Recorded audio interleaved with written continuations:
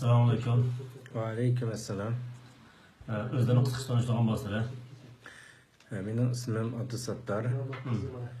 Gulcu Qorğasnaya Yeni Avat'tan. Ben 97 yılın 5'inde Mısır'a oquşqa kelib, 2017 yılı necis Xitaylarınki qo'li Mısır'daki o'quvchilarga tushganlikdan ben Türkiye'ye qaytib keldim. Mısır'dan sonra tutmasını ensirep. Tutup buluşun ensirep Türkiye'ye qaytib keldim. Hazır Türkiye'nin İstanbul şehrinden Zeytinburnu'nda oturman. Siz vatandaki qarindoshlardan tuqqanlarga ko'rishmay qancha vaqt oldu hazır? Ben vatandagi qarindoshlarım bilan ko'rishilmagani 2016'da Ramazonda, oxirgi qatim Ramazonda bir akam bilan ko'rishgan va uning oldida boshqa hech qanday tuqqanlarim bilan ko'risholmaydim. Ben shu ko'rishgan vaqtning o'zida har yerda telefon qilardim, bir minutga bormaydi. Ko'rishib qo'yishim ola shu Xitoyda shu uyga kelib akamni avar qilib akirib ketib cho'ng akamni. Hatto shuni olaman ularning salomat uchun men ular bilan ko'rishmay faqat birlam akam O'rta Osiyoga chiqqan vaqtlarda ko'rishib ahvollashib turatdim. 2016 shu oxirgi qatimdagi shu ko'rishishimiz bo'ldi. Shundan e'tiboran hozirga qadar ulardan hech qanday xabar ololmadim. Şu tuqqanlarninki ismi, adresini bir Şu tuqqanlarning ichidan ota-onam bo'lsa 2005 yili va 2006 yili ular vafot bo'lib ketgan. Anlasam hozir cho'ng akam ismi Qari va inim Nurmuhammad. Bularni anlasam o'sha bir necha kunlar bo'ldi, surish qilib aran topdim. Ondan shu Xitoyning atalmish lagerga akirib ketibdi deb anladim. Qachon akirib ketganligini uqmadim, lekin akirib ketganligi aniqkan. Endi boshqa tuqqanlarimniki bo'lsa, ularniki qandayligini men uqmadim. Lekin mush ikki akam ikkisiniki lagerlikni uqdim. Boshqa tuqqanlarniki. Ayol bolalar misol bir kichik uşaq bo'lib, ularning ahvoli qanday? Uning to'g'risida. Ular to'g'risida hech qanday axborot olmadim. Çünkü benim qarindishimiz orqali olgan u ana shu Qozog'istonning chegaraga chiqib, shu chegaradan vaqt bir kunlik bir tijorat bor, shu yerda Qozog'istonning nimasidan buni boshqa bir bizningki bir ag'in bor, shuni aytib beribdi Absatlarning oilasidan cho'ng akasi bilan inisi lagerda qolgan tuqqanlarimiz salomat turibdi degan gapni qilibdi. Bundan boshqa gapni qilolmaylik hozirgacha shunday xabar bor. Siz bu tuqqanninki ilgari boshqa da'vosi qandoqligini dila, misol bundan keyin bu oila a'zolari menining da'vosini boshqa usulda qildigan bir plan bormi yoki o'shani qilib bo'ldimi? Yo'q, men davomli qilman. Chunki men hozir vatandan chiqqani 20 yildek bo'ldi. Meni nurg'un qitim Xitoyniki besimlari bo'ldi. Odatda meni undalarga qochib o'ylab, undalarga qaytib kelsam, biz sana anda qilib beramiz, manda qilib beramiz, degan maktablarni o'qiymisan, o'qitamiz. Nima ish qilsan, shuni qilamiz. Buning dalil isboti borda men juda qopdi.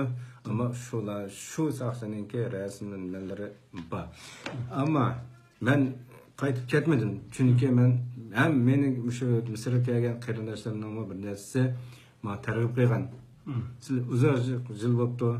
Endi qaytib ketinglar. Endi Xitoyning siyosati yaxshi bo'lib ketdi. Burunqidek ish yo'q. U bitta rasm tushib qo'yishlar, ya bitta nima bilan Xitoy hozir unda nima qarab o'tolmaydi. Bu yerga nima ish qilsizlar degan joyda men shularga narat bergan. Xitoyning yuzi yo'q. Bu Xitoy nimasiz? Agar sizlar dininglardek bo'lsa, nima uchun bizning o'sha qarindoshlarimizni turmuga sulaydi? Nima uchun mishardan ketgan o'quvchi bolalar va nima uchun ularni turmuga sulaydi? Agar haqiqatan ashlab odillik bo'lsa, desam ular shu hozirgi vaqtdagi siyosatiga shuni tushib qolganligi siz shu masalada tamoman o'zimning yo'lini o'zim bilmayman deb ta hozirgacha Xitoy birtin bilan qarab kelganlik.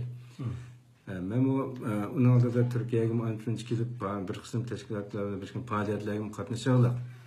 Mening Xitoy necis Xitoylar cho'qim vatandan ayrilmaguncha, vatanni tashlab chiqib ketmaguncha ta oxir umrimgacha men ular bilan ilishiman. Qo'limdan qanchalik kelsa, shunchalik qilaman. Tuqqanlarning o'zini Kılıçdaroğlu ba'zi bir gapni degandilar. Shunga buni onlar rasmlarimiz bilan ko'rsatsa, uni tuqqanlarning rasmlari menda yo'qdi, chunki kompyuterimda bor, uni buzilib qilib hech qanday olamadim.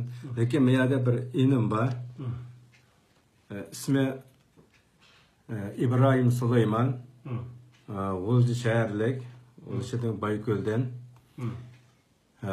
Bu inim Misrga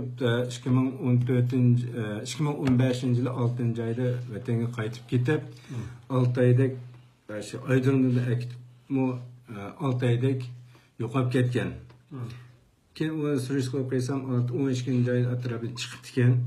Keyin surish qilib turdim, shunda salomat turibdi deb anladim.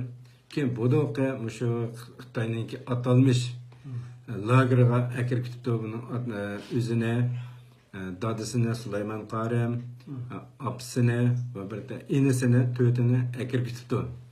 Endi hozir bular ya lagerdimi, ya turmudi kesibyaptimi, men xabarini olamadim, ya'ni surishtirib qilyapman. Inshaalloh bundan boshqa nurg'un qarindoshlarimiz bor. Men shularniki tanıyan arkadaşlarımdan olsun, şularning xabarini tirishayapman.